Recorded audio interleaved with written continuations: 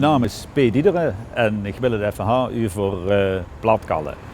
Waarbij ik wil zeggen dat het eigenlijk een belachelijke vraag is om in het te vragen waarom het platkalt. Dus als eigenlijk al die lui die geen platkallen moeten vragen waarom ze geen platkallen.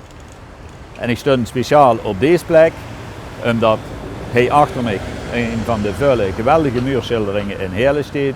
En dat geeft aan wie levendig kunst is en wie levend kunst is en van alle tijden, maar vaak ook in andere vormen. En datzelfde geldt ook voor platkallen. Wanneer je ziet wieveel nieuwe initiatieven er onder de jeugd zijn, een plat op hun manier promoten, dat is geen plat, maar zo zullen we dat toch maar noemen, met filmpjes, met gedichten, met ook eigen plat voor te whatsappen en te facebooken. Nou, gerade zo goed als wie de kunst hinger me leeft, zo leeft plat ook en dat zal ook immer zo blijven.